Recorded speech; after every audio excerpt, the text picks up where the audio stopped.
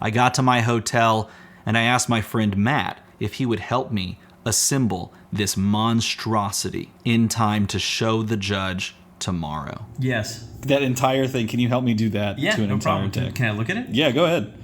Oh, yeah. We have to put 6 sleeves on every card in an entire Blitz deck because this is maximum protection. What is this, a Trojan ad? I was wondering why this was protected better than the Declaration of Independence. Is there a map to treasure behind here?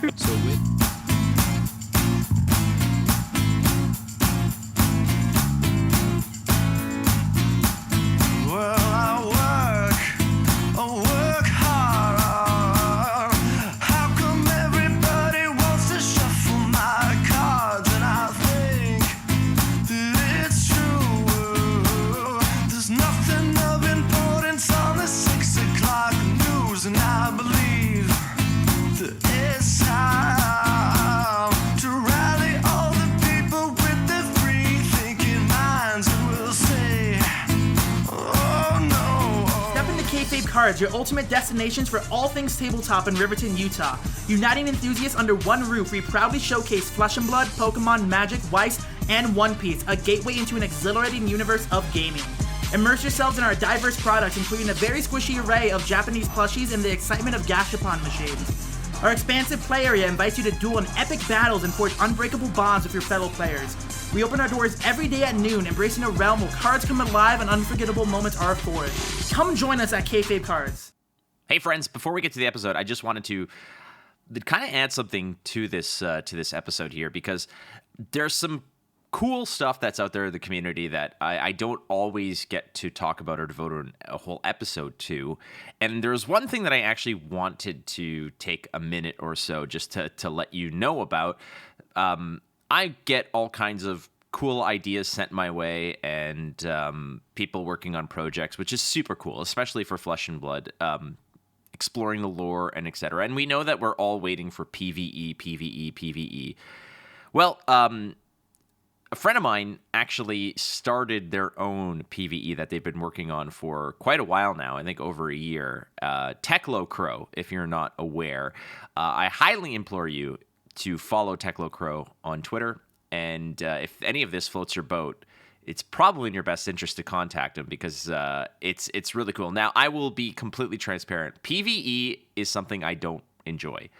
I like the one-on-one competition with other players, but I looked at this, and I got some really cool dungeon crawler vibes off of it, and I just want to sort of walk through a little bit of what you're seeing. It's an 85-card set, if I'm not mistaken, all designed by this dude who wanted to create this D&D style dungeon crawler, destroy the big monster as a team while fighting all the little baddies along the way. And as you can see, a lot of the cards have so much flavor, and this is just like a little minor, tiny little taster of it. I don't want to waste too much of your time, but I will say this. If PvE is your jam and you want to explore something, I highly recommend you go take a look at Techlo Crow's project for this PvE Flesh and Blood experience, because I will say this, again, I don't like PvE. I don't play PvE. But this one kind of caught my attention. So if you're looking for something PvE related, I highly recommend you go follow Techlo Crow. Send him some of your questions and say, dude, how can I be involved? Anywho, to the episode we go. The Instant Speed Podcast welcomes back the voice of reason. What are you looking at? You're like, you're staring into their souls. Let me get through this. Damn it. This is episode 9. I refuse. This is episode 93. Let's get through this. He is the C-3PO to my R2-D2, and has recently discovered that you can comfortably fit 6 sleeves on a deck of cards. Not legally, however, it is possible. There you go. Yeah, and it's in front of us. Perfect. So welcome back to Instant Speed Podcast, my friend, Stephen Cookus. Hey. Yeah. Oh, okay. That's there where you go. I guess that's where we're at now. How's it going? It's going well. You and I guess we see each other I don't say way too often. We see each other so often now. It's like, oh, we're just on a call now. It's cool. It's cool. It's funny because I recently had a discussion with some of my friends that I grew up with back in my hometown of Montreal. And they're like, when are you coming to visit? And I said, never. I am never going back. I'm like, I'm not that I'm done with you as friends. I'm just saying, you guys never come here. You guys never make an effort. Jerks. Well, I went to Canada. You did. I went there. You did. You did come to Toronto. It's just that the last like 3 or 4 times that I've driven down there, I have seen exactly nobody, despite my best efforts. So I see you more often than I see some of my friends that I've known for 30 plus years. So. You're going to see me in like 4 days again. I know. And whether you like it or not. Well, I do. I do like it. I'm not going to sit here and lie and pretend that I don't. Also, the beauty of these trips is that they're kind of these short, like 2-night kind of hops. So there's a lot of room in my carry-on suitcase for all-dress chips. That I was going to say, all-dress chips. That's the play right there. It is. It is absolutely the play. But we'll get to that element of the discussion later, because I want to talk real quick about something that just popped into the news, which was that the fact that Blitz actually had a wave of changes that went through today, as scribed by one Brian Gottlieb. I know that guy. I know him too. Good dude. He's a handsome devil. I will not go that far. Not because I will. Believe it or not. I would like to put the spotlight on his intellect. Oh, like 4? Is it 4? Unless he plays Nourishing Emptiness, yes. Unless it connects. Yeah. Unless he's Datadol. Unless he uses the Helm of Eisenloft. Is that it? Eisenpeak? Helm of... Crap, I should know this from playing Fable. What am I thinking? It's whatever. You know the one, everybody. Now I'm gonna Google it because I'm angry at myself for not knowing this on the spot. I think it's Helm of Eisen something. It's Eisen's Peak. Before I even Google it, that's what it is. Helm of Eisen's Peak, isn't it? Let's see. Of Eisen's, it's totally Helm of Eisen's Peak. That's what I'm gonna say. That's what I said from the beginning. Cut this out. Cut this entire section. No. We're going to creatively edit this to make you look like a clown shoe. That's the flavor of the week. But I want to talk about the Blitz changes. One of which is, I think we could just kind of wheel over real quickly the fact that Drone of Brutality is rebanned, and part of the explanation given was the fact that what I liked in terms of how they explained it was that it created this prisoner's dilemma of I have to run it if others are running it. And I get that, but I have also had discussions with some pretty good Blitz players saying that it wasn't even a necessary evil. Even the control decks might not have needed it to a degree, but at the same time, now it's like a hard cap at 40 cards in a deck. And I feel like if you're running 6 Drones of Brutality, that might just help you out in terms of putting you over the edge. But what are your thoughts on the Blitz changes and rebanning Drone? Actually, so this is just off the cuff. I actually think if the hard cap is at 40 cards, I think including 6 Drones of Brutality in your deck is actually bad because it's just 6 2 blocks that you have to include in your deck. And at 40 cards, I don't know, maybe there's fatigue lists and like fatigue worlds that we're comfortable running 40 and 2, but the format's so fast that like, I don't know. I kind of agree with whoever you were talking to in some respects that like Drone is unfun to play against, but it's honestly not like the most powerful. But LSS time and time has shown that they want to maximize the amount of fun and enjoyment that a player base, and by player base I mean a large player base, can have with a format, and that is exactly what they've done here with this Blitz change overall, changing it from 40 cards to 40 cards plus sideboard slots available basically to you. I think that a majority of players that play the game play Classic Constructed, and those players are turned off by the idea of Blitz in its previous format. And so in a way to garner their interest in that format, they've made changes to it to hopefully liven up the experience for everyone involved. And I hope it works because I want more people to play the game of Flesh and Blood. I think that is the PC answer. If you're asking me personally, I don't like it. Period. End of story. That's because I didn't like it before. I like Blitz as 40 cards, no sideboard. I feel like Blitz as 40 card, no sideboard makes every card choice matter, and it makes matchups more polarizing. And that's the point of a different format, is for it to be different. And now that format is 40 cards with a sideboard, and we're playing CC. and people want to play CC. They just want to play it faster, and they can do that, and that's what the format is. And if you enjoy that, great, there it is. You can do that.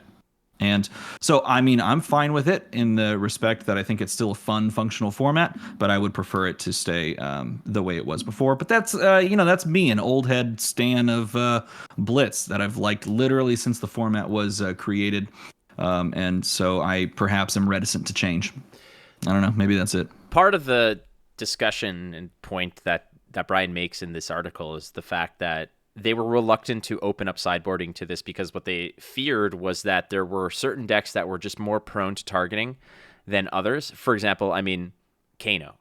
Yeah. That's the one they mentioned in the article. It's really the only one that you can target with sideboard. Right. Which is funny because, like, if you're creating a format and then you have a problematic hero, like they've targeted it multiple times, Kano multiple times. And honestly, here's the weird part. Like, I personally don't think that Kano was to the degree unfun to play against that it needed another sort of change. And I think LSS says that as well. So they've done something with a format that has sort of soft nerfed the hero in a way by allowing everyone to sideboard in a card that turns off one of your attacks. And I think that's really clever.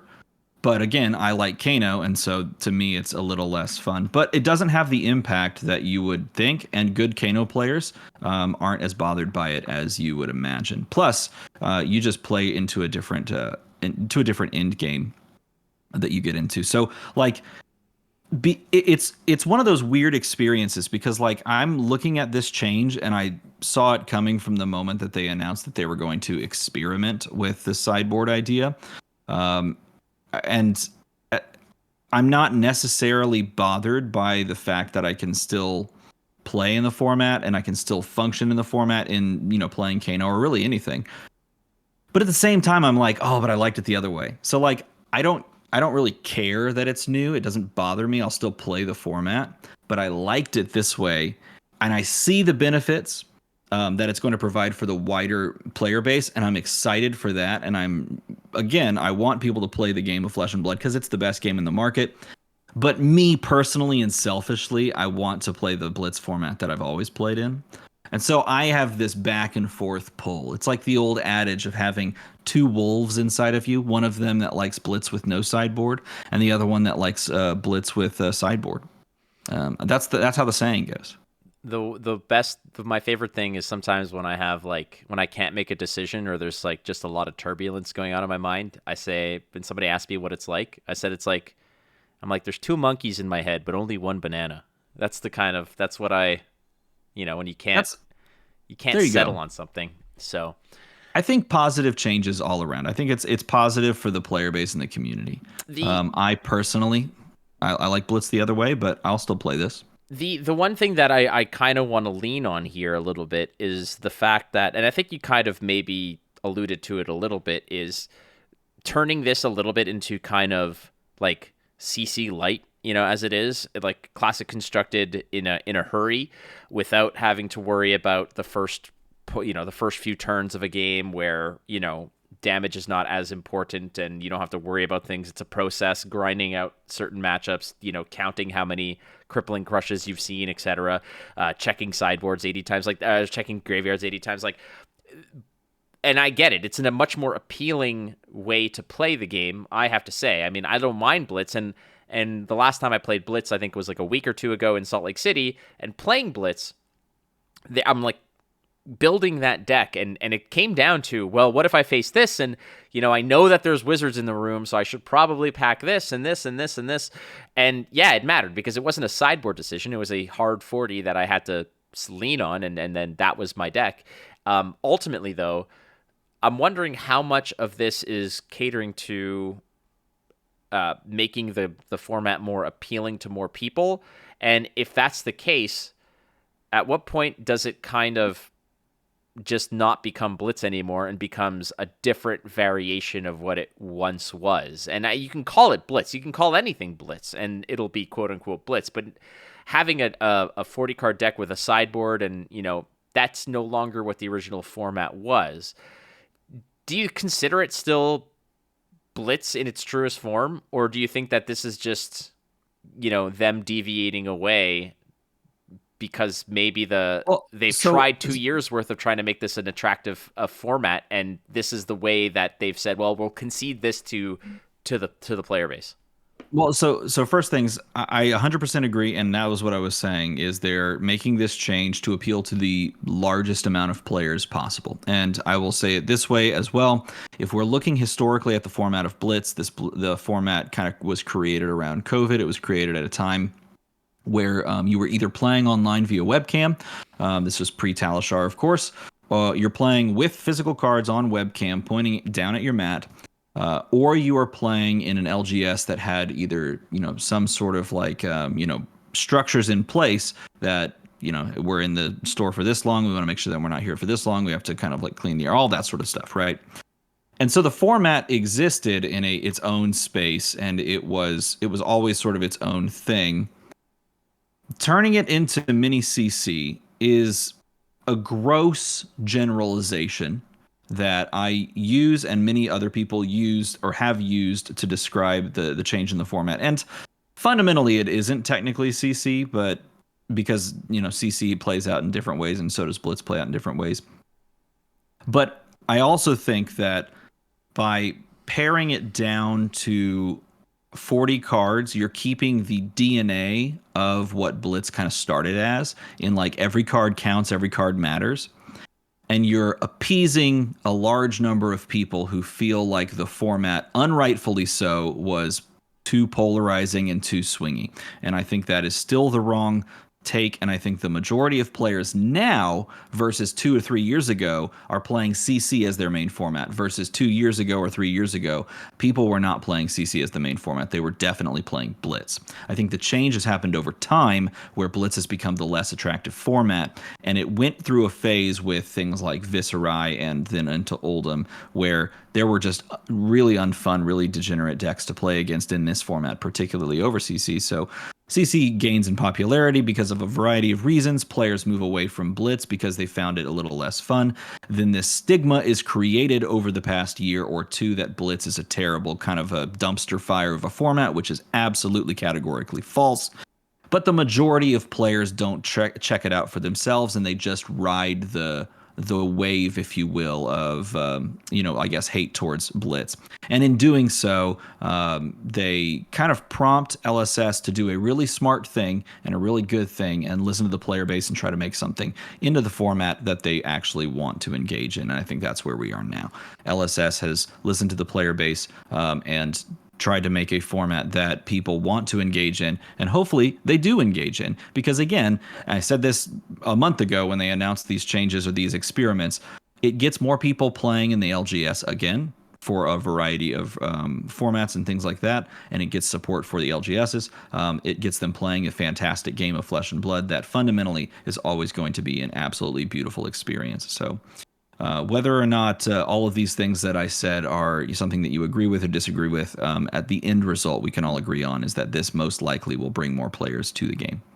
Yeah, and that's, I think, to a degree, you have to also be cognizant of the fact that, like, you have to evolve in order to survive to a degree, and if people are just genuinely not liking it as it stands, whether you think that it's right or wrong, you sometimes have to, you just sort of measure the wins and you adjust the sails. And the one thing for me that I think was the first kind of, the first warning shot was when they announced that Blitz would not be back at Worlds. It wasn't going to be part of the format for Worlds, right? And to me, I personally liked it. I liked seeing Blitz at Worlds. I liked that it was a 3-format tournament to determine who the best was at the game, not at any particular format. And ultimately, limited and constructed, I suppose, you cover most, if not all, of your bases. And that, Blitz was left on the chopping block.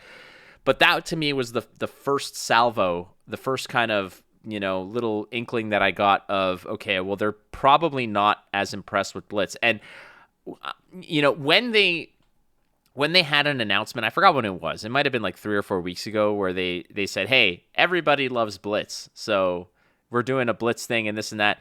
And in my head, I was like, I don't think everybody loves Blitz as much as you guys think they do. I think that, I think there was a little bit of, spicing up and sprucing it up to make it seem, and I get it. A lot of people do enjoy Blitz. The statistics are that, this is a played format, but ultimately, now that we see the evidence on the other side is, okay, you cut it out of Worlds and you're tailoring it to make it seem a little bit more CC-ish.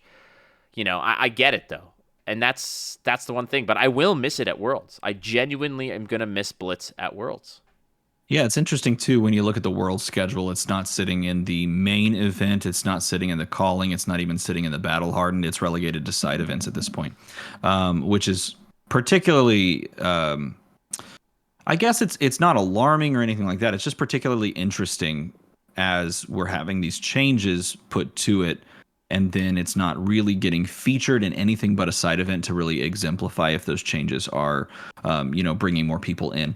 Nevertheless, if the format is meant to be played at the LGS, that's really where the rubber will meet the road to see if people start showing up for more armory events. And I think LSS does their due diligence and really actually tries to find out if those formats are being played and enjoyed, to their credit. And LSS, I think, has continued to just handle things in a really smart and thoughtful way for the community. And my personal misgivings towards a format that I've personally loved since its inception aside, I think it's a really, really big move and a really good move for the wider community at large. So good on them for making the change that I think the majority of people wanted.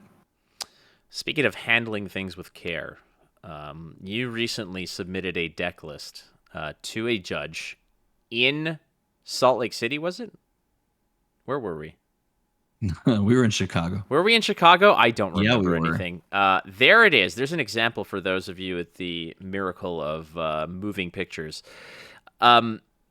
This video of yours that I happened to full-on Cosmo Kramer fall ass backwards into by accident. Happily so. Don't get me wrong. You crushed it. You crushed that video. I was given no script. This all began. So first of all, explain to us what the video is before we get into the nuts and bolts of it. Sure. I was totally distracted just now as I glanced up by the fact that you're there's literally an ass man in your background. Sorry, just totally distracted off the rails right there. Yeah, that exists. That is I am Cosmo Kramer, the ass man. Yeah, that is my New York City ass man license plate. It jumped out to me. Anyway, so I had this harebrained idea that oftentimes these random ideas run through my head, and it happened while I was watching the professor's triple sleeve video that he did in June. He put out a video about triple sleeving with Dragon Shield, and I was watching this and I was like, 3 sleeves, huh? Wonder how many more you could put on there. Legit went through my head, and then my eyes grew wide, outwardly so, and I grabbed my phone and I emailed Dragon Shield to see if they would even just appease the idea. I'm just like, here, go play with these little toys over there in your corner, little DM Armada, and let me use their first 3 sets of sleeves of like a perfect fit, a normal sleeve, and then their new at the time, which still is kind of new, triple sleeve, to try and put as many sleeves onto a card as possible. And after a month or so of searching on the internet to find random obscure sizes of sleeves and trying to Google different ways of finding sleeves, I found myself 6 sets of sleeves that sort of nested like a nesting doll, one into the other, so that you could do this. This is 6 sleeves on a single card. It looks really crisp too, in person. It looks really clean. It outside does. Outside of the smudges and the grease. It looks really clean. And my thought was, okay, how do I parlay this into a YouTube video that people would enjoy? And something that I've been kind of toying around with in my mind over the past, 6 months or so, is what would it look like for me to test the algorithm of YouTube to see if the algorithm would enjoy passing around card game content, specifically card game content, not just like large scale YouTuber content. If I took a premise and I edited it like a Mr. Beast video or like a Ludwig video, like one of those types of larger YouTuber videos, and then I put that out there on the internet, would the algorithm run with it? That was my premise. And so for the first time in a long time, I wrote a script, I got the materials, I filmed, and I edited a single video far longer than I normally do for videos on the channel. And then I took all my stuff over to Chicago. I told you, hey, in fact, I believe I sent you a message, and I was like, hey, I need you to bring a Blitz deck, because my original plan was for you to sit down to the table and then for me to take out that Blitz deck 6 sleeved up and just record your reaction to it. And then halfway through this conversation, I realized, no, I just actually need him to help me sleeve the stupid thing up because it was absurd, absolutely absurd. So instead, we parlayed that into you just helping me sleeve it up. So we filmed that, and I edited it up for like, I don't know, 8 to 10 hours or something like that, and pumped it out there. Crossed my fingers to see if this experiment would work and the algorithm would like do its thing. Well, and I expected about my hope for a successful video was about 30 to 50,000 views. Don't say how many it has yet. I want to get to that in a heartbeat here, because I'll just say that my hope and my this is a success if the algorithm picks it up and gives it about 30 to 50,000 views, because my highest viewed video up to that point was a video I made in 2019 called How to Play Flesh and Blood TCG that had about 63,000 views. And I had put a Lorcana video out when the game was kind of getting exciting and people were getting like just little bits of news. And that immediately like got snapped 35,000 views. So that was my target. Sure. The first, icebreaker for you was, frankly, I think we were both in our hotel room. I was watching TV, just sitting on the bed, and you just came up to me and said, "Hey, what do you think of this?" And it was like, you gave me a card that looked like it was, honestly, it looked like the furniture in my Italian grandmother's house. Like it was just smeared and absolutely enveloped and encased in plastic. It was completely and utterly like an inch thick, and I was like, what in the world is this? And you're like, hang on a second, we got work to do. That video itself I thought was really, it was funny, and like what was endearing to me was the fact that you didn't half-ass any aspect of this. You had something in mind, and I wanted to be a part of it, and I was flattered that I was there to be able to be part of this journey. You as a content creator, where you say that your cap is, or like your highest limits that you've hit are 60 some odd thousand views, in the Flesh and Blood world, that is astronomical, because of like it is, yeah. I mean, even on the Flesh and Blood official YouTube and whatever, a lot of their best videos don't get that high, and I think it's just the nature of the game that we play, and the player base being much smaller than the other major Garrett card games that are out there. How many views did you ultimately get where you're at right now? Because this video, I believe, is 3 or 4 days old by now? Here, let's take a look together. I posted this last Friday. No, last Wednesday? I posted this 6 days and 10 hours ago. Okay, so today being the 15th of August in the evening. So let's say we're about a week in, and you are at? It is sitting at 198,000 views. Yeah, 198,300 if you want to be specific. 198,300. I don't want to be specific because this video is going to get 300 views. So like that's where I'm just saying. Ultimately, that has to be a nice, kick in the pants to say, hey, like this was worth it. And ultimately, the next question is where the hell do you go from here? I know you made some claims, I think, when you were tweeting this out and responding to people. Well, in the video, I said I made a comment when we first started sleeving. I made a comment to all the people that were inevitably going to say that you can do this easier on Yu-Gi-Oh cards by adding, 2 sleeves because it's a Japanese style card. I made a comment. I said I know in advance that I can do this with a Yu-Gi-Oh card because it is something I considered before I even started sleeving up a FAB deck, of just going and buying a Yu-Gi-Oh deck and doing it with that. But if you want me to do that, make this video hit 500 likes, and I will try this again. And then I said, if it hits 500 likes, I'll do it with a commander deck. And the video proceeded to hit 500 likes by the end of that night or something like that, and then has ballooned to now to 10,000 likes, which is absurd. It's patently ridiculous, and I was totally humbled and blown away. I put 2 months of work and thought into this video, of thinking about how I wanted the script to go and how I wanted the storyline to go and the pacing to go, and when I wanted to go fast and slow and where I wanted to reveal this and that. But I would never have thought that would garner that much, I guess, happiness from people or excitement from people. So I still am incredibly humbled that people have continued at this point to watch it and enjoy the experience of us doing something ridiculously stupid. And if you're wondering what we're doing next, it's something even more stupid. And I need a knife and a car tire and a pool.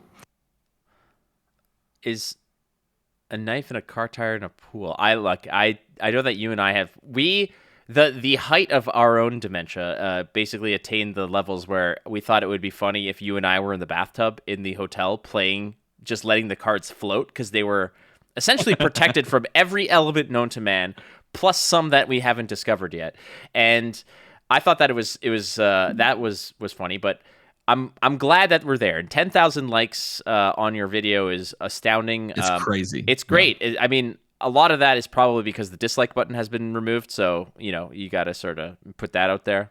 Hey, man, the thing about dislikes is it was totally engagement, too. YouTube counted it. It didn't really matter which button you hit. As long as you hit one of them, it would pump your video out to a bunch of people if you had enough engagement. Hey, like this video. I could sit here. I could talk about YouTube algorithm and engagement and metrics and stuff like that so much. Just because I've spent 7 years on this platform figuring that stuff out in both trial and error and just research and learning. That there's a lot of stuff that you can do on YouTube that's just really weird. Well, I'm it's glad pretty cool. You earned that success, and the video is very creative. I implore everybody who's listening to this to go check it out on DM Armada's YouTube channel. What is the title of the video specifically? Let's see. What did I title it? My 6-sleeve deck got deck checked. Got deck checked. That's it. Yeah, that's the one. So we're not gonna spoil it. There is, I think, an extended edition that resides on your Patreon where a lot of I have to sit down and put it all together and edit it and drop it on there. But yeah, your comedy gold was just full of. I was on fire because in all honesty, a lot of the video was me not being aware that it was being recorded. You just kind of have this fun little Chris Hansen have a seat kind of secret camera style set up everywhere, and we're just shooting the breeze. And that's where a lot of the things that I was saying that I say purely because I think you're the only one who hears them, made it to some of the videos, which I was happy about. But the video is definitely worth a watch. I do entice everybody to go check it out. Bump up that video to 250,000 and 2 billion likes, if possible. Next time I talk to you, I want you to have a complete other extension to your house built purely off of the residuals from that video. That would be sick. That's not going to happen, but that would be sick. But the channel itself, there's a lot of people who regard you as not just a successful YouTuber, but somebody who does it the right way, who doesn't take cheap shots, who doesn't look for the dramatic, stir the pot, clickbaity type stuff. What you put out there is good content. And we did get some questions from the community, and I do want to throw some out there while we're on the topic, which is number one from Pox, saying, for DM Armada, saying, you got me into Flesh and Blood, so thanks. But real talk, how many people do you both as content creators think you got into the game? Oh, that's a great question. I've literally never thought about that. It's 10. Well, okay, we'll round that up to at least 1,000, but you have 10. You have to think about it. The way that I evaluate this is I can only count and reliably the people who have told me that they got into the game, or whom I have showed the game, who then I have seen playing independently afterwards. of which there's probably a solid 20 or 30 people I know that have told me, hey, I got into this game because I saw you were playing it and I gave it a chance. But if you think about that, 20 or 30 people is like that I know of might be on the lower end, especially for you. For you, it's got to be way, way, way more. You just don't know about it. Have you ever thought and actually conceived the reach that you have and the influence that you've had? I haven't. And it's interesting that you bring it up because that's not something that I've ever thought about. And maybe I should have, or maybe I should continue to think about that. Because like when I sit down to make a video, my goal is like I go by like a video by video basis, and I look at like, okay, I want to make a video about said topic because I enjoy the topic, or I think people want to know about it, or it's like something that just happened and therefore we should talk about it because we as a community probably want to address this, or like this is exciting, we should cover it. So I look at it like a video by video basis. If I'm doing this, is that video gonna make someone smile or like make them like their day get better, or is it going to teach them something they didn't know previous to that video? Cool, I'll make that, and then I go to the next one, I do that, and I go to the next one, and my days turn to weeks, turns to months, and kind of I just get lost in the day after day or the week after week of making videos. But I don't, and this is probably a bad thing, this is probably a detraction on me, I don't stop to reflect the big picture like hardly ever with this, because partially because I've been doing it for so long, and partially because I feel like if I stopped and really reflected on like what I've been doing for the past 7 years, I'm gonna have some like random existential crisis, and then I'm just gonna delete everything. Like I legit fear that one day I'm gonna stop and go, have I done anything of note? And then just be like, I've wasted. So I don't want to waste time. And to me, this up till now doesn't feel like wasted time, but I've never really stopped and thought about it. And it's probably a lot. There's probably a lot of people that have watched these videos and decided to play the game. And I hope it is, because that's kind of the point now that I talk it out. The point is I want people to engage in this game because I think Flesh and Blood's the best game on the market. I think it has been the best game on the market for a while. And I think if you disagree with me, it's okay to be wrong. It's all right. It's okay if you disagree. Being wrong happens to everyone. And in this case, I am not. But I think it's the best game on the market. And I think more people should play it because you're entering into a fantastic experience. And I want people to experience it. One of the most endearing things that I hear is when somebody tells me that they know me from Gwent and they're happy that I'm here. You know, where I didn't bring them into the game, but they stumbled into this and found that I'm also here. The other thing with this is that this happens to me a lot with my Star Wars Unlimited podcast with Wampa Radio.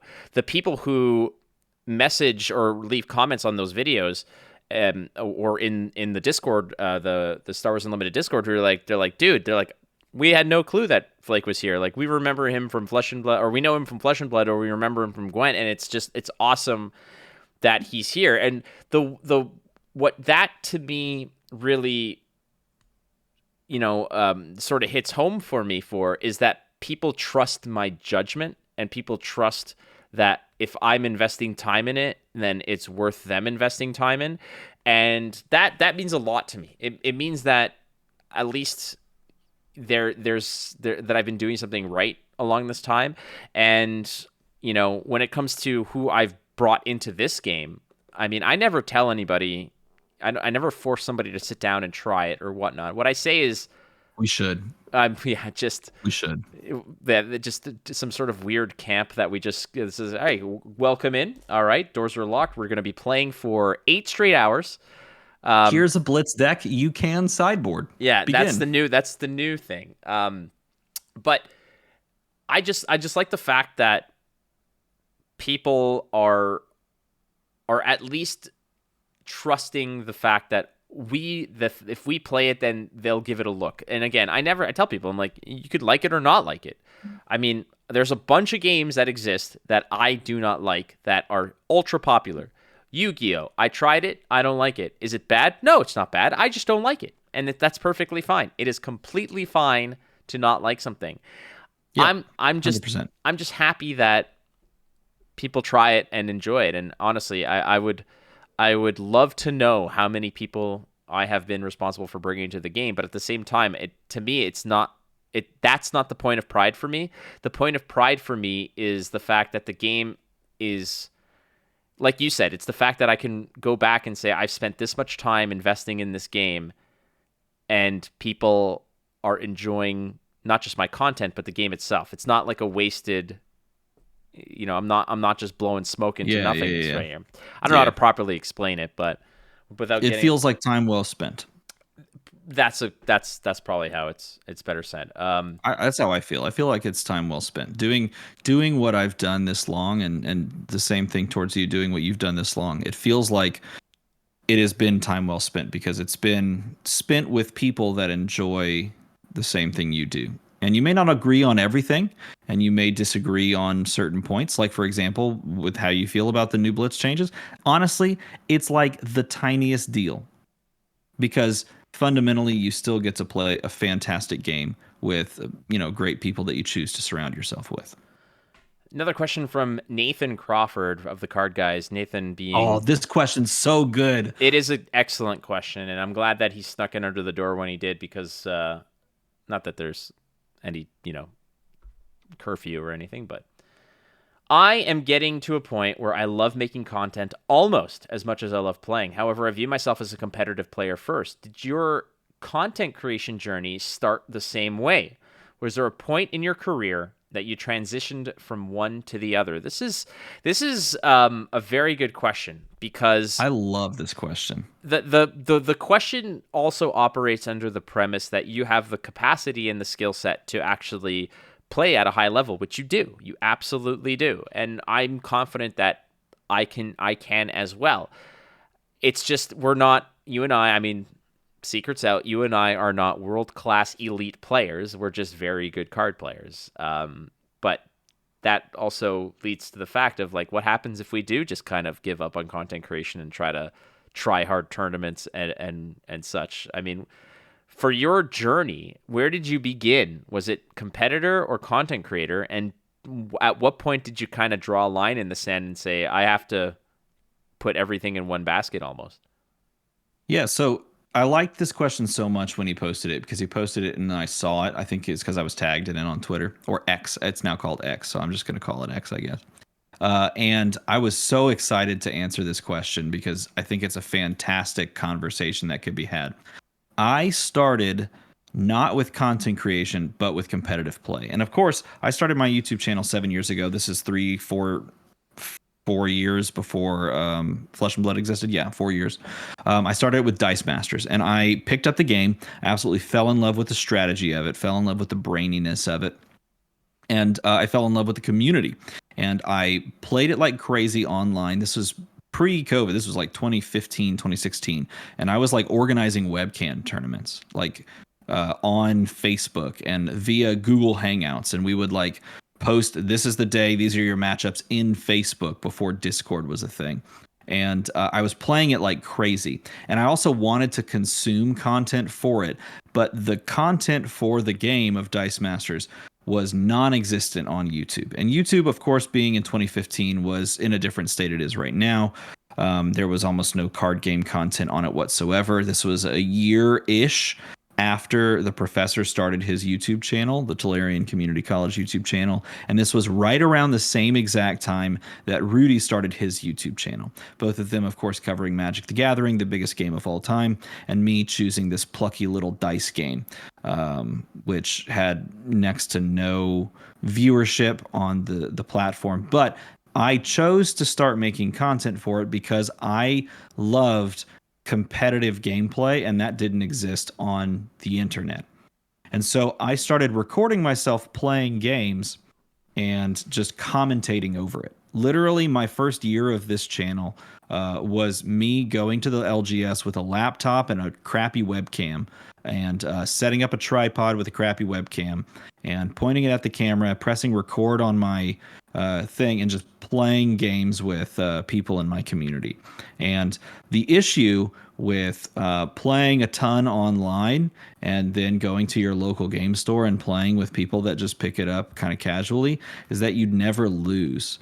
And I started to get a lot of comments of like, hey, you're fixing your games. You're only posting the games that you win. And it was because I was playing a lot. And so I started pushing like a ton of different types of content as well as gameplay commentary. And the more that I did, the more I realized that time is a finite resource, and having kids makes it even more finite. And I had to decide how and when I wanted to do what type of content. And I started to find that it was far easier for me to put out content that I did from the comfort of my own home versus going recording and then like sitting down and playing. And so for me, it was a natural, slow progression over time, moving away from competitive play in that space and into sort of full-time content creation. But the whole start of it was because I loved competitive play and because I loved strategy and I loved watching other people sort of navigate those lines. And then I was so excited about that I wanted to talk about it. And so I did commentary over my own games, and I commentated from my perspective and from my opponent's perspective. And I feel like that so well serves me for what kind of we are doing now as we travel around.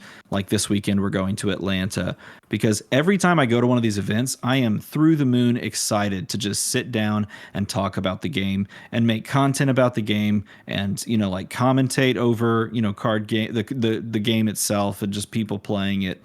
It is, to me, exactly where I want to be and what I want to be doing. Like, pulling myself away from this so that I can go play competitively doesn't seem nearly as appealing. One, because as you mentioned, we are where we are doing our thing and we are not winning worlds anytime soon unless we just stop completely and start dedicating to that.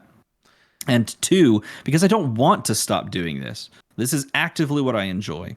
And so it's a incredibly nuanced conversation that we could have, but I was a competitive player in my chosen field, and then I morphed slowly but surely because I fell in love with the just hobby of making videos and making content that people enjoyed. It's hard to articulate because I really appreciate and enjoy the competitive part of things. Like, there's nothing that really motivates me more than when there's a tournament that I'm signed up for and I want to do well in. And those who watch my prep know that I'm dedicated. I'm going to stream 4 hours a day of this deck, refining it, working out the matchups, tweaking things. But like you said, there's eventually you have to commit to one or the other. And I ask out into the ether, tell me what super competitive players that are winning tournaments are also regularly putting out content. I don't think that exists.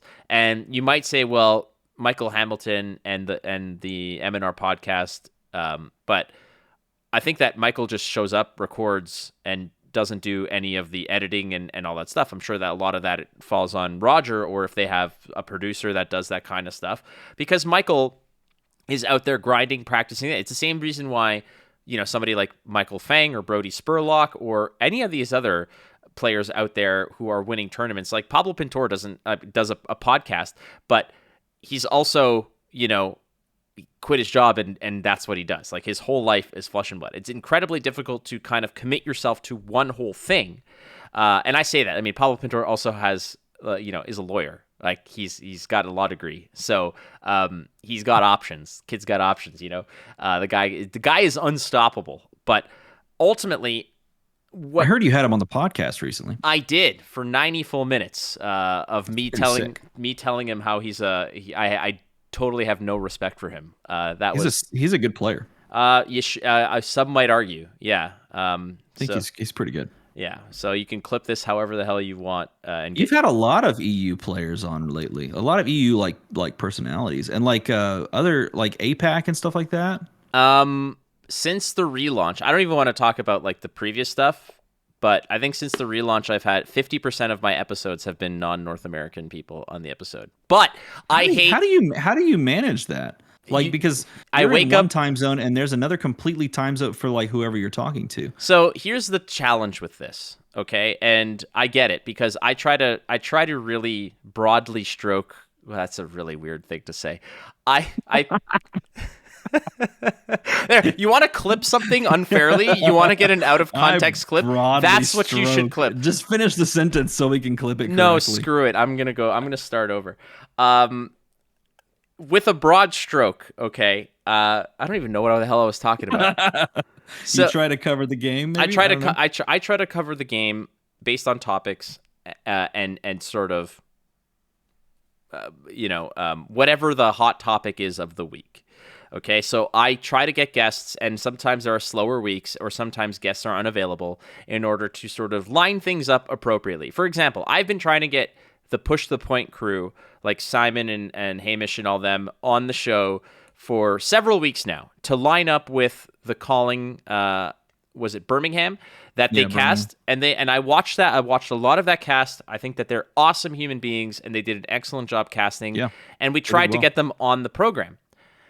Difference is, mofos, that the Earth is a sphere and rotates around the Earth, and unfortunately we all live in different time zones, so it is incredibly difficult to get people on the other side of the Earth who have their own schedules on the program regularly. So those who are out there and again, this is not meant to do this, but I see a lot of people replying to tweets and whatever saying, yeah, of course, we need to have more EU and Australians and Asian people on, like, from those regions on the podcast. It is immensely difficult to time that, especially since between the hours of 8 a.m. and 6 p.m. my entire house is a freaking construction zone of noise. So I could only record after 6.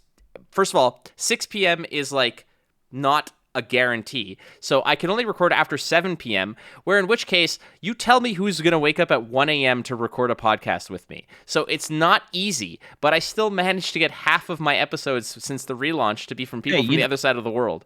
I woke up I woke up at 5 in the morning to record with Josh Scott. Okay. So like, I'm doing my best. It's hilarious to me when people tell me or just sort of pump the tires on this bullshit narrative that I don't respect EU players, when literally I had 90 minutes of me kissing Pablo Pintor's ass rightfully because he's an amazing player and he's really good, man, and an even better human being. Anyways, that's the end I'm going to say about that. It's just clowns who have nothing to say when they're on the podcast or in person suddenly have all the might in the world to pump tires and do shit like that. But the internet's a great place, man. It's a wonderful place. But all I'm saying here is, what I want to talk about is the fact that eventually you do have to come to a head where you're like, I have to commit to one or the other. And as much as I love the competitive aspect, I know that I'm not good enough, and I know that I don't have the time that I would love to devote to it. Plus, like you said, I just love this so much more. I love this so much more. Yeah, I 100% agree. Like, I get and I understand when they do this. I get people a decent amount of time that ask, when's the next time I'm going to compete in a tournament? And I don't want to say I don't want to, because I would love to sit down and play in a tournament. But I would love more to sit with my friends and geek out about incredible plays made by incredible players, because that just... for one, it's incredibly exciting, and it literally gives me life. But for two, I feel as though I have prepared for 7 years to do what I'm doing right now at a high level and well. I've been doing commentary and things like that, and prepping and I have a very specific belief on how I believe commentary should be done. And I am in general unwavering towards that, because I think there's a right way to do it. And I think that a lot of people have that, and maybe some people don't, or that belief or that thought process. And I have spent time coming up with that, studying other people who I think do a very good job of it. And to me, I feel like I am serving the people that I enjoy and the community that I enjoy best in this role compared to if I just selfishly played in tournaments. And I don't mean that as a knock to anyone that chooses tournament play over making a podcast or anything like that. No. It's not in any way, shape, or form a knock on that. It's just that I feel through my own personal experiences of 7 years of creating content, both as a hobby and, well, still as a hobby. That's all I do is a hobby. That I am in a position to give back most justifiably as a commentator / content creator than as someone that goes and plays, off meta decks and makes day 2. Yeah, like you can contribute in different ways. And when you see some of the world-class players compete and put the effort in, like this is the other thing, is that the way that some people might benefit from our content, you put out so much content and it's always top tier stuff and people love it. And that's how you enjoy the game in your own way, not just but by, obviously we all love to play it, but at the same time, everybody has a lot of gratitude for what you do and what you contribute. And this is how you feel is the best way that you can contribute to something that you love. The hours that you put into your videos is mirrored when a pro player puts in the same amount of hours to perfect a deck that they then take to a tournament, blow the field away, and then are able to talk about it afterwards, that people can say, hey, thank you for putting in the work with this and putting in the notes. Like when I, read Dagan White's breakdowns of his deck lists off of his Patreon, or when Mara Faris finishes her, sequel to War and Peace about Dromai and how to play Dromai, like that takes a lot of time. And in the same way, when I had Pablo on the show and I was talking and he was breaking down how he played Bravo, this is not just him coming up with random ideas. This is the result of multiple, countless hours of testing, practice, innovation, and going through the gauntlets and succeeding therefore. So to me, they are also putting it out there and putting out content in their own way. It's just that in the same way that, we'll put in X amount of hours to put our weekly content out, they're doing it in a different way and sort of serving the community, albeit they're feeling it in a different way. Their results and their ROI, their return on investment isn't clicks and views. It's tournament placements and building their own legacy that in itself functions as a way to prop up their reputation. You and I, our whole careers are based off reputation, right? Like that is a solid foundation. In the same way for them, if they go out there and are losing tournaments and not performing well, people are going to forget about them and not trust their approaches to things. So their dedication to it, I think, sorry if we went long-winded on this, Nathan, but ultimately, I think a lot of it comes down to what do we enjoy most. And I think that as much as I enjoy competing, I enjoy this way more. Well, to finally put a capper on his question, yes, my content creation journey started with competitive play in a game, and then I started falling in love and finding that I really enjoyed making content for said game because I saw that it gave value to other people or enjoyment to other people and to myself. And there was a point where I distinctly remember saying, yeah, I'm just going to keep doing this instead of going to that, I don't know, Armory, for example, or, that I want to sit and edit a video, or I'm going to do a stream tonight and we're going to try to do this new thing because I want to engage people in this way. There were moments where I actually actively made that choice, and I continue to actively make that choice because that's what I choose to do because I love it. All right. So we're pushing the tempo here when it comes to time. We went on. That's good stuff. No, we're gonna run. Come on, let's keep going. We're gonna keep going. I did actually prune something out, which we'll get to maybe down the line in another episode. But ultimately, one more question. This one from MinMax Games, a friend of the show, whom we all love, MinMax Games, asking, "What is your biggest flesh and blood dream you hope to accomplish?" I mean, that is a hefty question. Right away. No, I know it right away. This is something that I've literally since last year has been at the forefront of my mind of like, one day I want to do X. And the answer is I want to commentate at a world championship.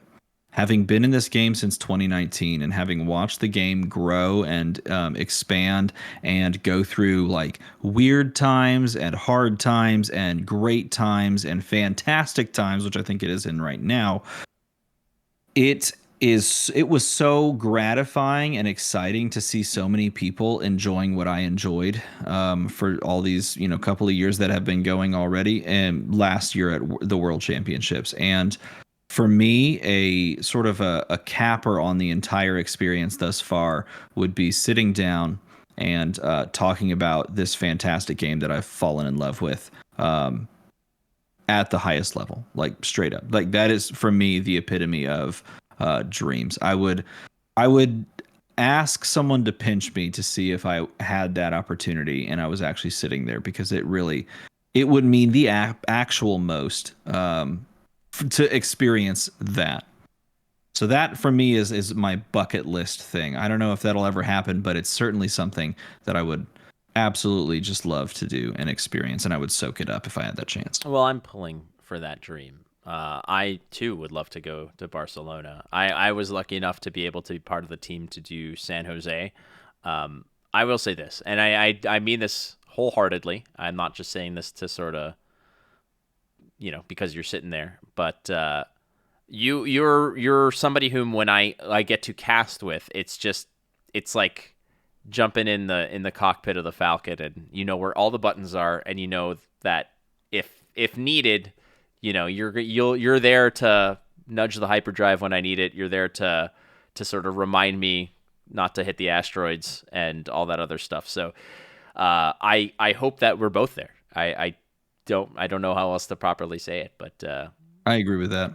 That would be fantastic. I don't know if it'll ever happen for me, but I think it would be a dream come true. Nevertheless, I think in your description, I get to be Rey and you're Chewbacca, right? First of all, or are you Finn? Are you saying you're Finn? I'm saying I'm Han freaking Solo. Are you absolute old horrible... Lando Calrissian? Stop it right now. You From stop. episode I would 9? do that. Oh, I would. No, don't. Not that old. Like when you say old, like now there's three, right? Like there's old. There are three. Yeah. There's like middle, like mid range. There's control. There's the young hero version. There's and young there's the aggro old hero version. There's mid range, and then there's control.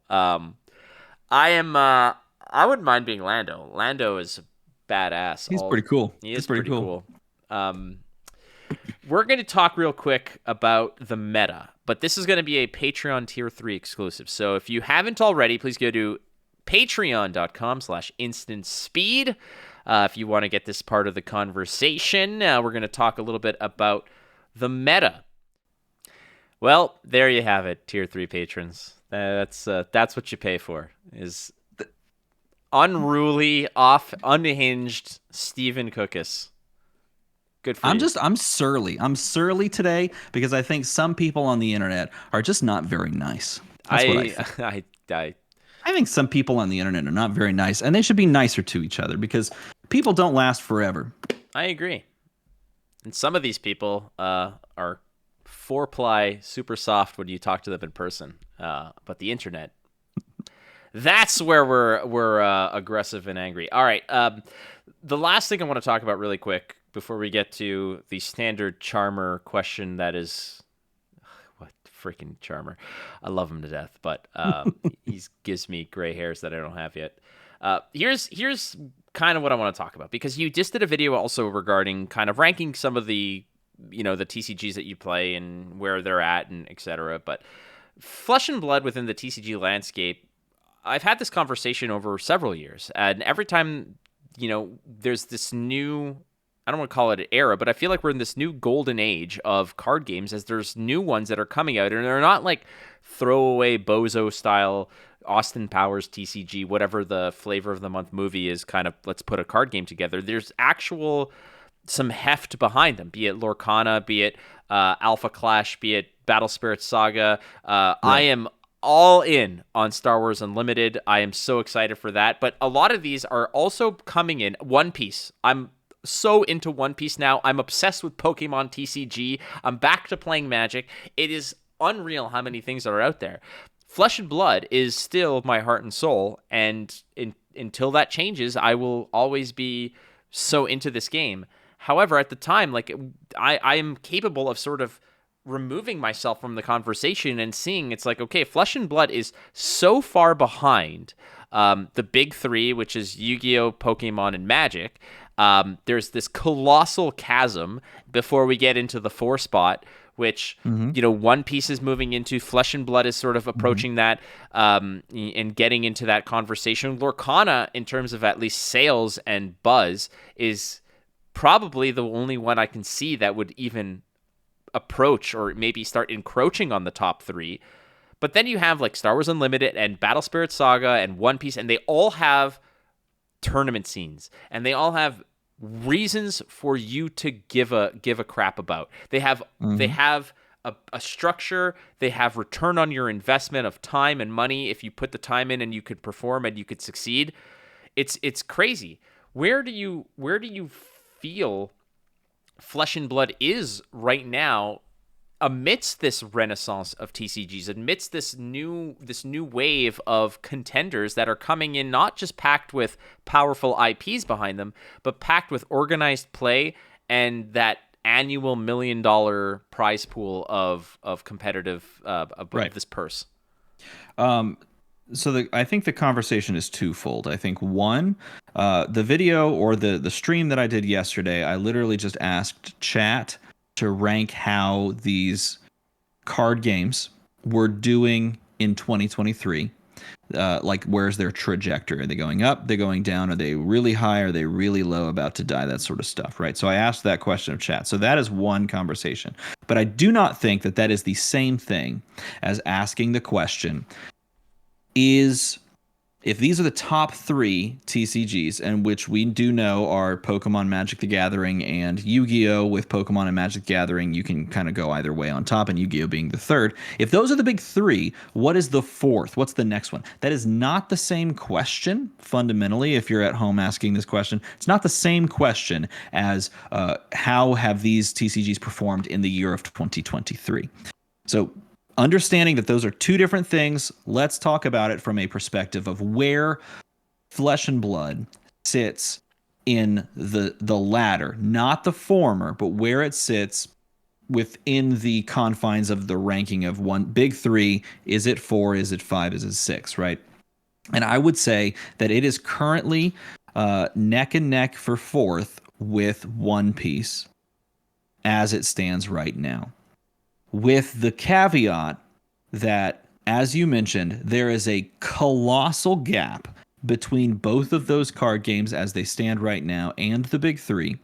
And there are a retinue of other card games that have the capacity to push into that space. You mentioned Battle Spirit Saga. Battle Spirit Saga, as far as what they've done in 2023, they have run large-scale tournaments with big prizing, and people have shown up. Now, the question I want to know the answer to is, are people showing up because there's big prizing and they feel like they can spike a tournament? We saw MetaZoo and do that exact same thing, and players just turned up because they felt like they're good card game players and they can spike a tournament. Is that why they're showing up? Or is there legitimate, genuine interest and like sellouts of boxes and product?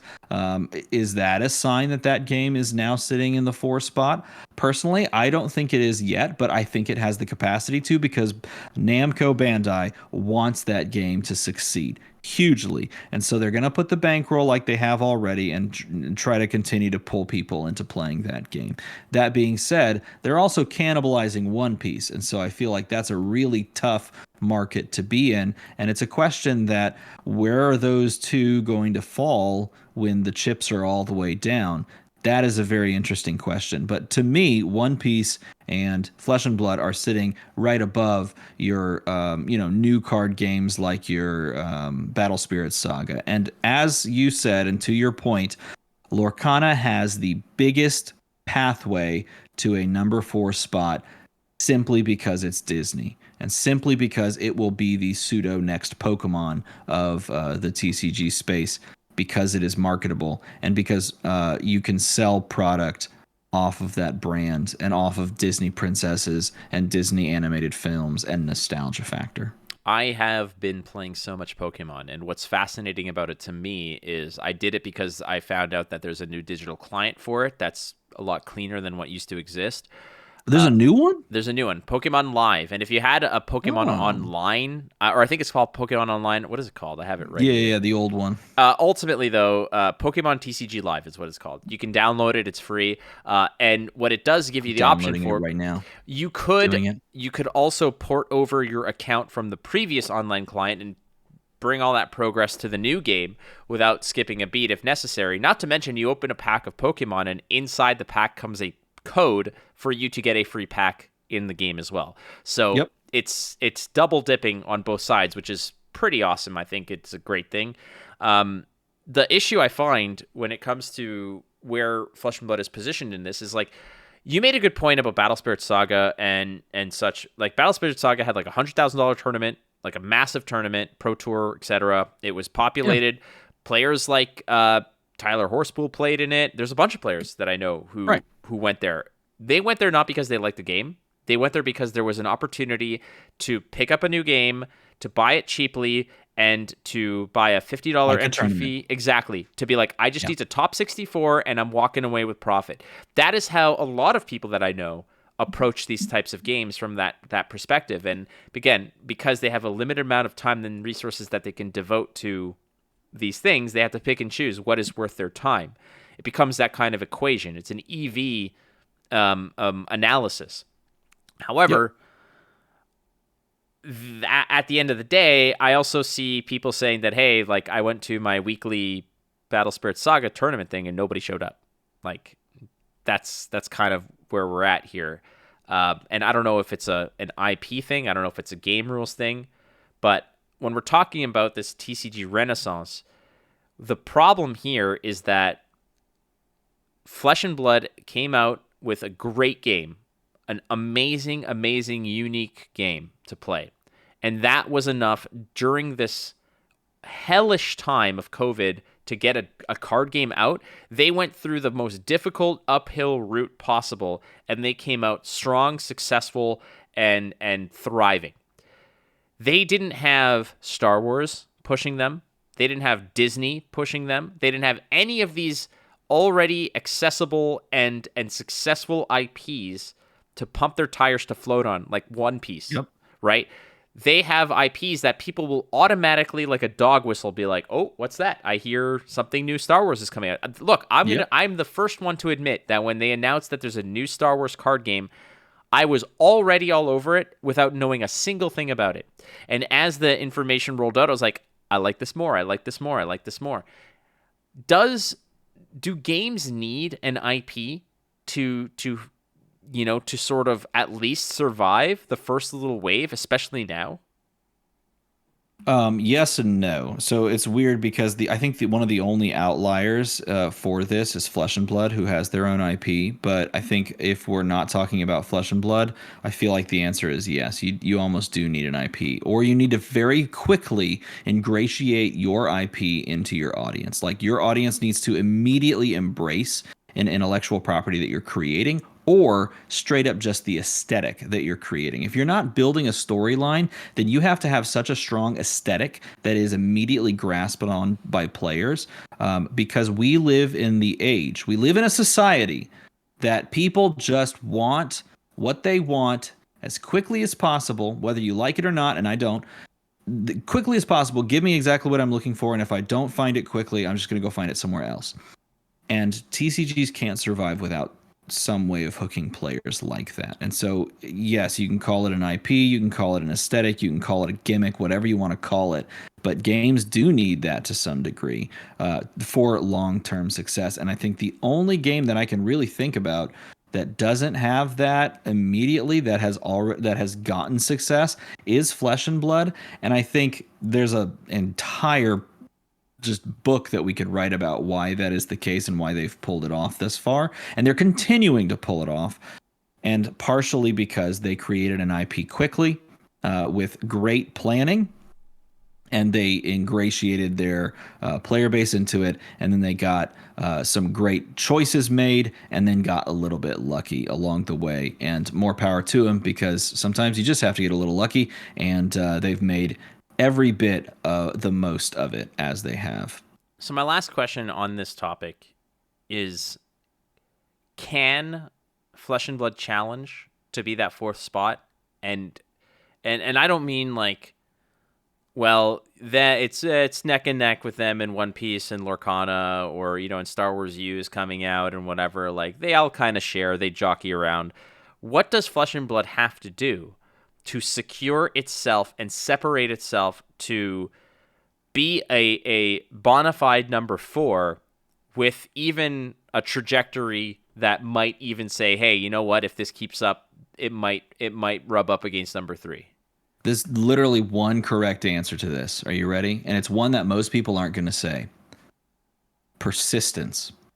Literally surviving year after year. The only reason that Magic the Gathering has, in my opinion, maybe not the only reason, but the largest reason that Magic the Gathering has survived over the past 4 years of turbulence in that space is because their players, their community have committed generationally to playing that game.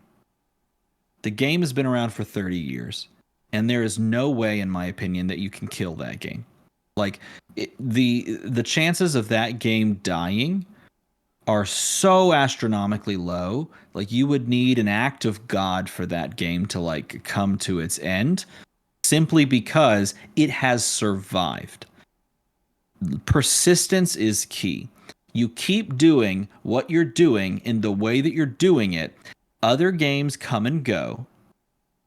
That game continues. And that is how all 3 of those games have survived to this point, is persistence.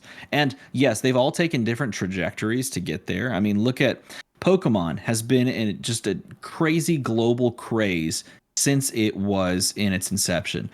Magic the Gathering, to its credit, basically created the genre we're having this conversation about. And just ingrained and stamped its flag into that and never let up. Yu-Gi-Oh! Built a fantastically unique system for the time on a strong IP at the moment. And then the IP has sort of disappeared into obscurity to some degree, but the game itself has lived on and carried the IP forward. And of course, you're talking about, I'm sure the manga is continuing. I actually don't know about the Yu-Gi-Oh! Manga, but the IP itself has come down versus what something like a Pokemon has done, but the game itself has continued to survive. Why? Because of persistence. All of them, it points back to they've been there the longest, and they're not going away because their company is consistent and married to creating that product for this foreseeable future. And if LSS is married to creating Flesh and Blood for the foreseeable future, they can be what something like a Lorcana couldn't. Because there's a real chance that at some point, the giant that is Disney says, cool, we made our money, let's do this and move on to something else. Which I don't want to happen because I want to enjoy Lorcana for a long period of time. The same thing is true of Star Wars Unlimited. And it's what terrifies me about the game, because it's exactly what happened with Star Wars Destiny. They could, at some point, they could decide this has run its race to fruition, and now let's do something new and close up shop, and we could have a Star Wars Destiny scenario. Those things did not stand the test of time because the companies chose to hang it up in the past, those games. The games that haven't are the ones that are still plugging along and have carved out their niche and are grasping desperately to it to never let it go, and they're never going to at this point. And Flesh and Blood can join them if LSS is consistent and dedicated for the long term. Magic can put out a year's worth of absolutely terrible products. They won't. I mean, they've had bad stretches of a couple, duds in a row and whatever, but they usually rebound with a set that a lot of people think is great, etc. They could put out consecutive years worth of, 1-star products in terms of design, whatever the hell it is, bad price points, etc. They will survive. It is, at the end of the world, it's going to be cockroaches and magic. I think that basically that is, look, and I'm just saying that, but I think that they've also earned that longevity. They've earned their right to survive through it from the perspective of they put out so much amazing stuff for so many years that they're bound to have a bad streak, and they've had bad streaks. And the problem is that the same people who are saying, yeah, Magic sucks, are also some of the same people who are lining up to buy everything that comes out. I like your argument of persistence and sticking to it. I just feel like I don't think that's enough.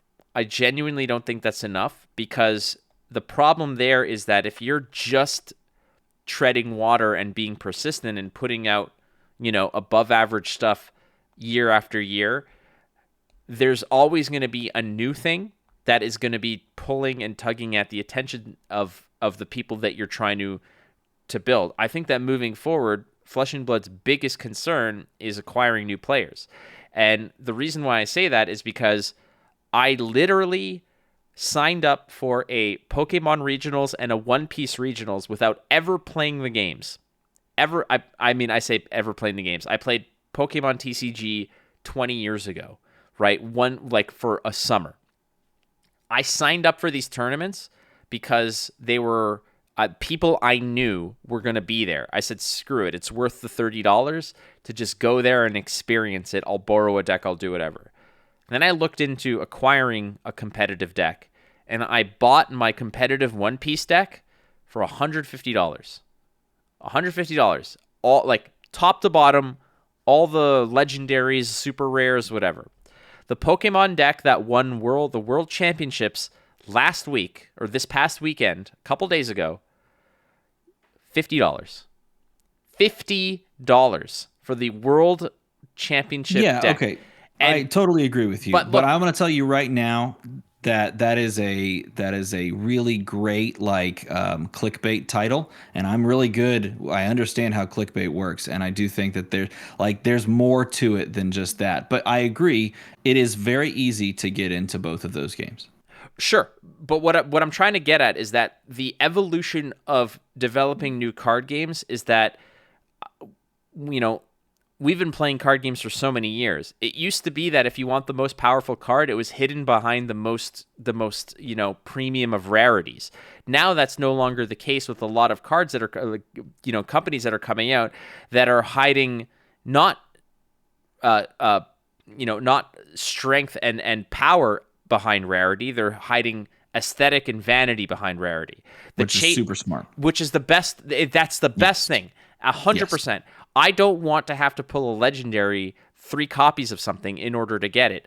But at the same time, if I pull the alternate art super fancy version of it, that's amazing. But I still have 2 or 3 other copies of it that do the same thing.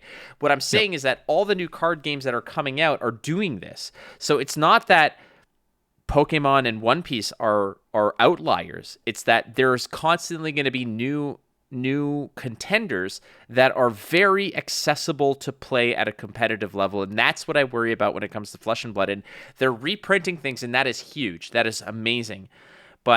And I am the first person to say and sort of and throw my hat in the ring for the whole stigma that Flesh and Blood is not an accessible game to play. I don't believe that at all, because if you're playing any of the other major games, like Magic, let's say, your deck is probably worth the exact same amount of money as your competitive CC list. And I mean, that's a whole other episode. It's worth less, but you have to update it more. That's also true. Put it that way. That's really how we talk about it. That said, I think that just sticking around isn't good enough, in my opinion, because if they might, like, what I think that your argument is not taking into account is, yeah, it might outlive the others that just kind of say, yeah, we're done here and walk away. But there are always going to be new contenders walking into the arena. So don't get me wrong. The number one thing that they have to do is be persistent in the space. Okay, I agree. Survive. The number one thing they have to do is be persistent. That is not the only thing they have to do to get there. You are not just like walking to the finish line and you're like the 95-year-old that crosses it the next day after the marathon's already over. That's not your ticket into 4th place in the Big Four. No, you're 100% correct. You have to make constant and consistent changes and improvements to your systems, to your distribution, and to your new player experience.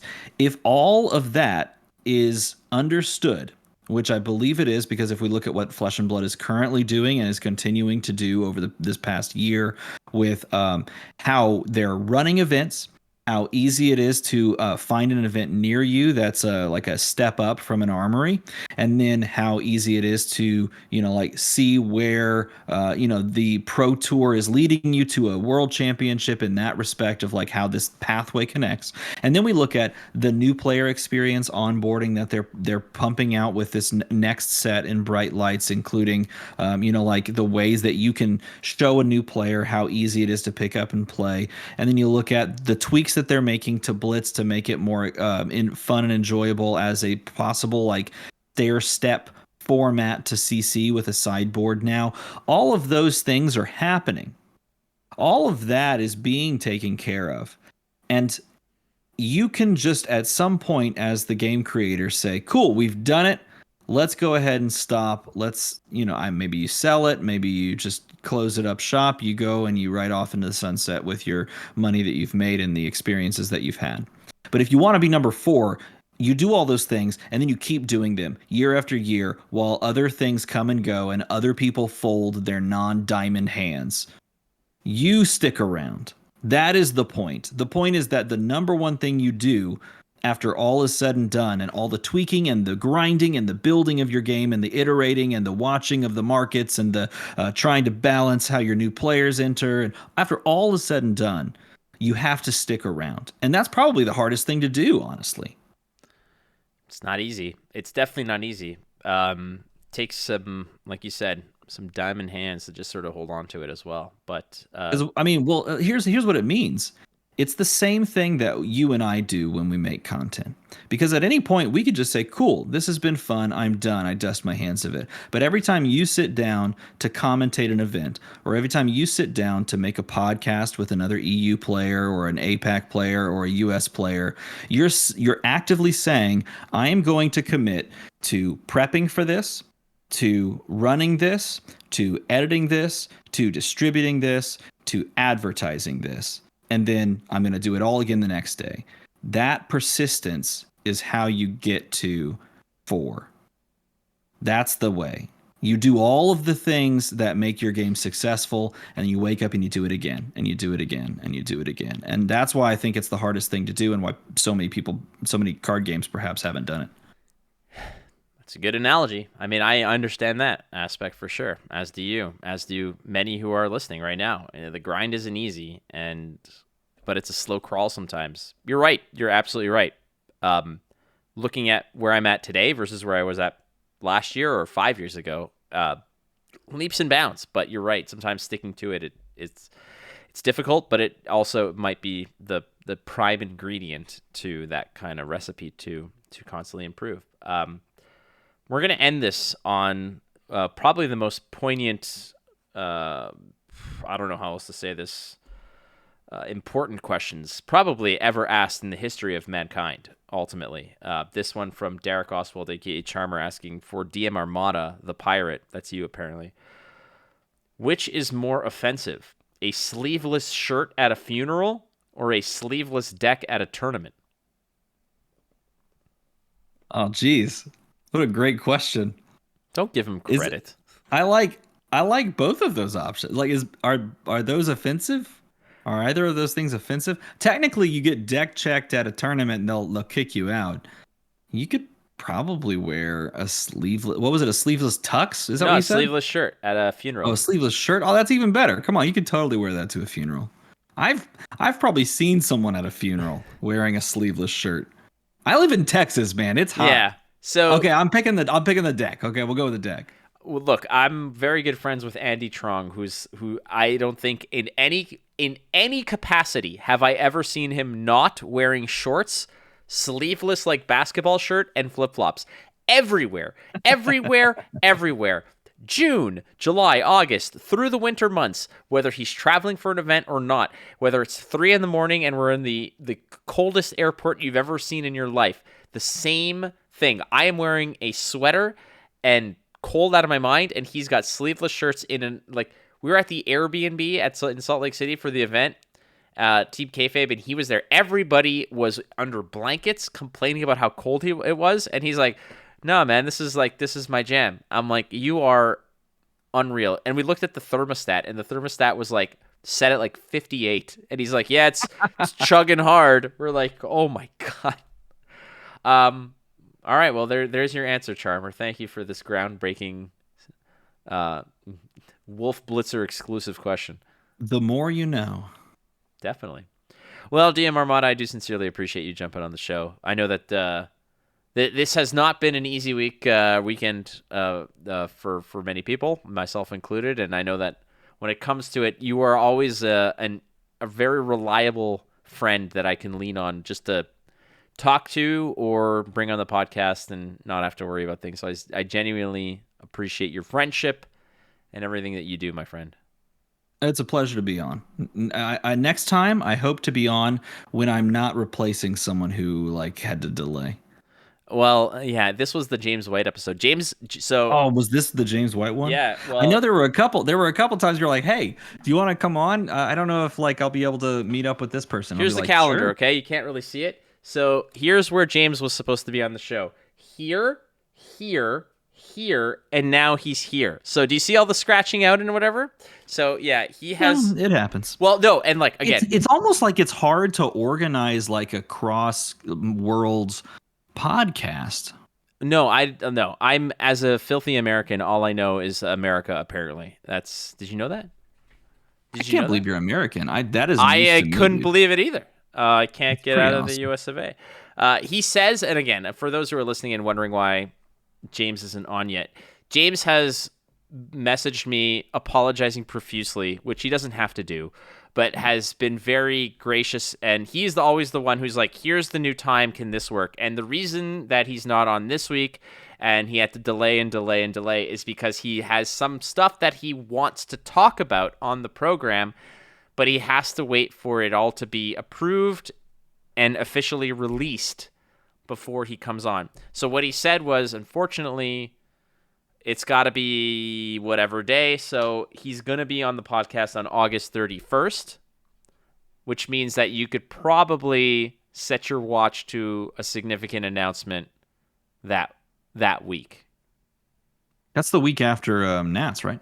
That is the weekend after Nats. Yeah. He wanted to do it he wanted to record on the Tuesday, where I fly home after an extra day in Vegas, and I said, it is probably in both our best interests that you give me a solid 24 hours of recovery time, because I will be coming back from Las Vegas. And he's like, totally get it, understood, no problem. So the man, the myth, the legend will be joining us. He'll be on the show published on the 31st, which is great. Good stuff. Steven, plug your stuff, dude. YouTube.com/DM Armada. X.com. Armada_DM. X.com. Is that what we call it now? I just call it Twitter, dude. I don't know. This guy, he doesn't know whether he's coming or going. Well, there you go. That's where you can find me. You can find me on other socials as well. You can follow me on Facebook if you're my age, and you can follow me on Instagram if you are into Instagram and like pictures of things. I like it. Sounds good. All right. Well, to everyone else, thank you so much for listening. To our sponsors at Kayfabe Cards, go to kayfabecards.com. Be who you want to be at Kayfabe Cards. Not a bad deal, right? That's a pretty solid deal. To our patrons, thank you so much again for supporting this channel. You can do so by going to patreon.com/instantspeed. For as little as $2 a month, you can go ahead and just help us keep the lights on and do all this stuff. Lots of exclusive content from Tier 2 onward, as well as, you'd like this, I spoke to the fun friends at Talishar. If you are a patron subscriber here at the Instant Speed Podcast, DM Armada, and you play Bravo on Talishar, your Bravo becomes Borvo. And it's a cool artwork of Borvo. And I'm trying to get a Tier 3 exclusive Borvo, which is actually Teddy KGB from from Rounders throwing discs around. Yeah, so we're working on that as well. And that's about it. So thank you so much to everybody for listening. We will see you next time. Don't forget, you're not losing if you're learning. Catch you next week on ISP. Well, I work